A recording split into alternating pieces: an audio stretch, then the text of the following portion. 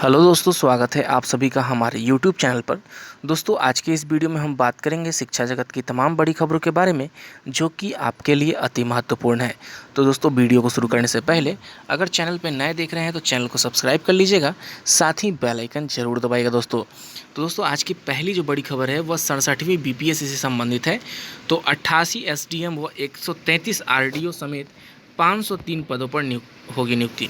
तो दोस्तों, 67वीं बीपीएससी की बहाली अभी आने में थोड़ा वक्त है। वो हो सकता है कि इस सप्ताह के अंत तक जो है या वैकेंसी आ सकती है।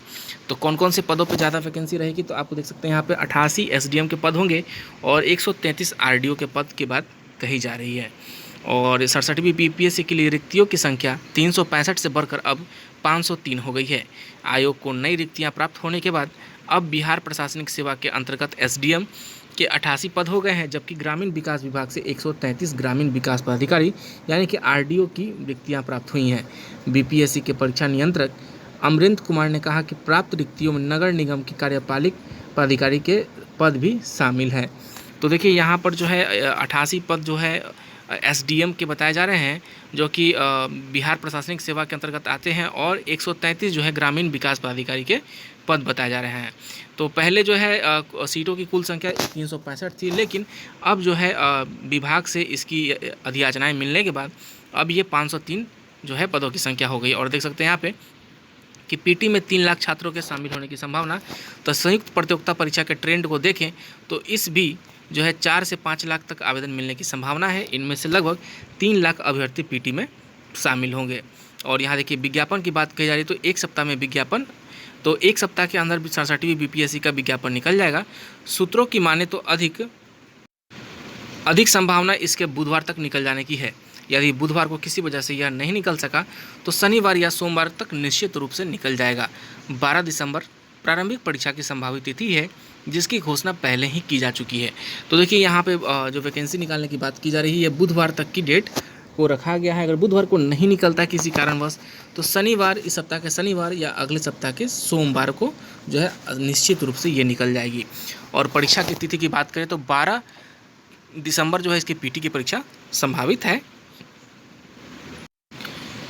अगली जो खबर है यहाँ पे बिहार बीएड परीक्षा से संबंधित है। तो बिहार बीएड समय रहते चुन ले कॉलेज, दूसरा मौका नहीं।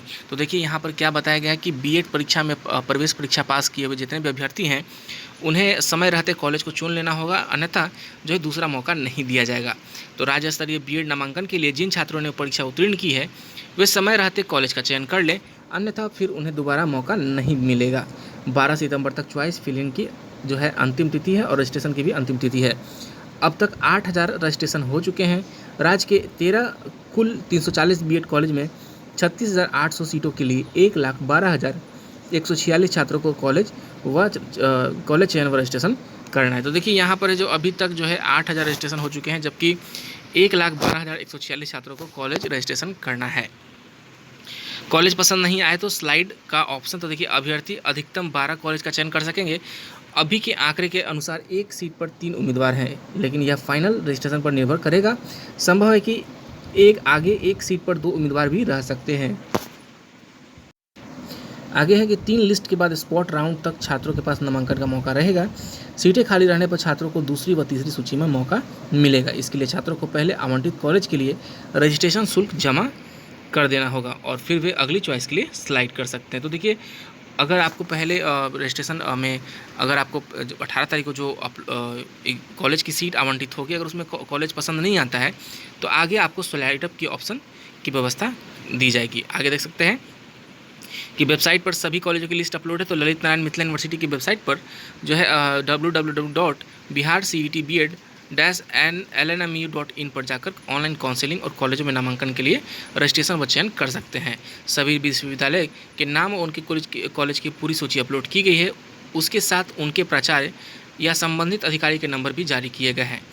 18 सितंबर को वेबसाइट पर आवंटित कॉलेज का नाम जारी होगा। 19 से 25 सितंबर तक अभ्यर्थी आवंटित कॉलेज के स्वीकृति देंगे। 3,000 रुपये अंशुल्क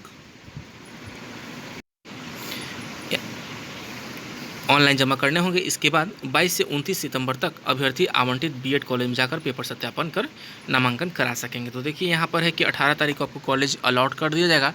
उसके बाद आप 19 से 25 तक अपना जो है सीट कंफर्म करने के लिए 3000 रुपये अंशदान के रूप में आपको देने होंगे।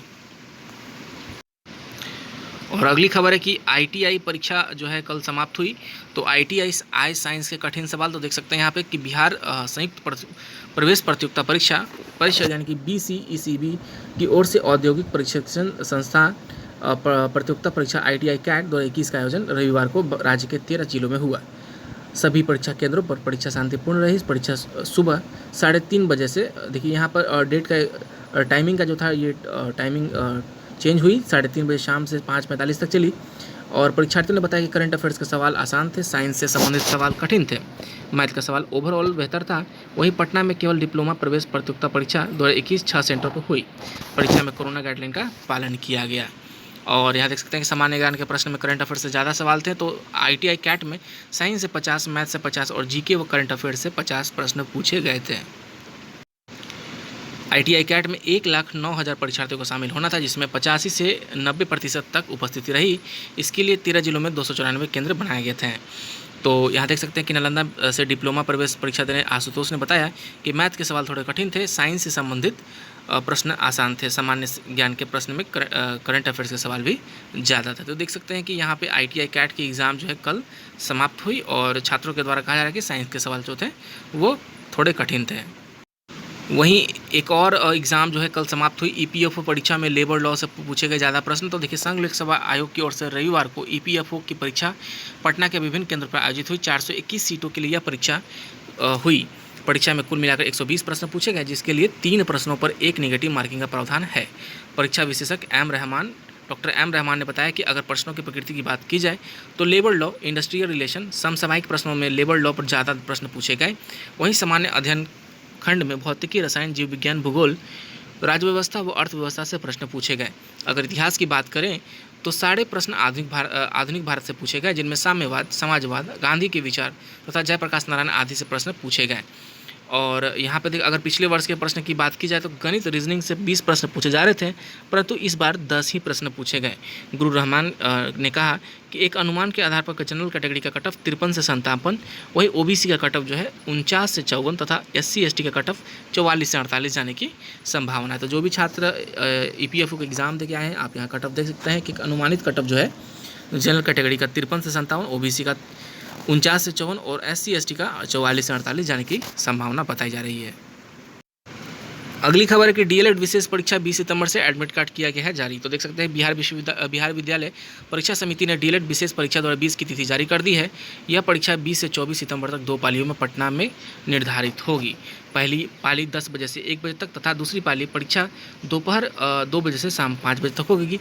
एडमिट कार्ड www.secondary.biharboardonline.com पर सोमवार को अपलोड कर दिया जाएगा और कर दिया गया है। इसे 6 सितंबर से डाउनलोड कर सकते हैं। संबंधित प्राचार्य इसे डाउनलोड कर जो है स्टूडेंट का उपलब्ध कराएंगे। एडमिट कार्ड पर प्राचार्य का हस्ताक्षर मुहर होना जरूरी है।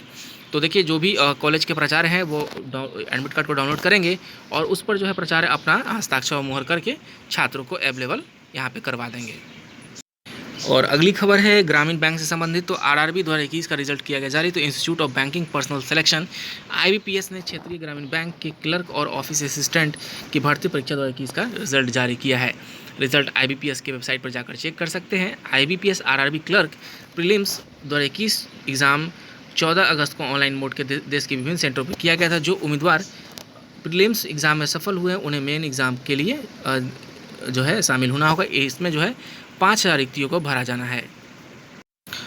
और यहाँ पे नीट एग्ज़ाम के लिए देखिए कुछ ड्रेस कोड जो है बनाए गए हैं कि लड़कियों को गहने व हाई हील्स शूज़ पर रोक है, लड़कों को हाफ टी शर्ट में आना होगा सेंटरों पर। तो देख सकते हैं कि जो 12 तारीख को होने वाली नीट एग्ज़ाम है उसका जो है ड्रेस कोड बताया गया है और ड्रेस कोड को जो है पालन करना होगा। और एडमिट कार्ड की बात करें तो एडमिट कार्ड 9 को जारी होगी और परीक्षा 12 सितंबर को है। तो देख सकते हैं यहाँ पर कि कौन कौन सी चीज़ जो है नहीं पहन के जाने हैं और क्या पहन के जाने हैं। तो यहाँ पे देख सकते हैं आप कि परीक्षा में हॉल में प्रवेश करने से पहले तलाशी ली जाएगी। फेस मास्क व ग्लव्स पहन कर आना अनिवार्य है।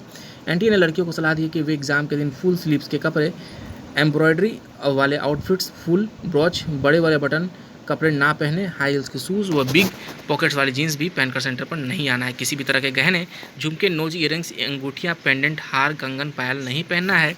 वही लड़कों की बात करें तो आधी बाजू की शर्ट टी शर्ट पहनकर सेंटर पे आने को कहा गया। पूरी बाजू की शर्ट पहनकर आने की अनुमति नहीं रहेगी। परीक्षा के दिन हल्के कपड़े पहने, जीप पॉकेट, बड़े बटन, कढ़ाई वाले कपड़े पहनने की अनुमति नहीं होगी। लड़के को सिंपल पैंट और ट्राउजर पहनकर आने की अनुमति है। बंद जूते नहीं पहने। उम्मीदवारों को पतले शोल वाले चप्पल या सिंपल शूज़ पहनने की अनुमति है। तो देखिए यहाँ पर 12 तारीख को ये परीक्षा है। पटना व गया में जो है सेंटर बनाए गए हैं। 190 से अधिक सेंटर हैं और करीब 180 से अधिक सेंटर जो है पटना में बनाए गए, वही गया में 10 सेंटर हैं। तो दोस्तों आज के लिए बस इतना ही। आप सभी का बहुत बहुत धन्यवाद।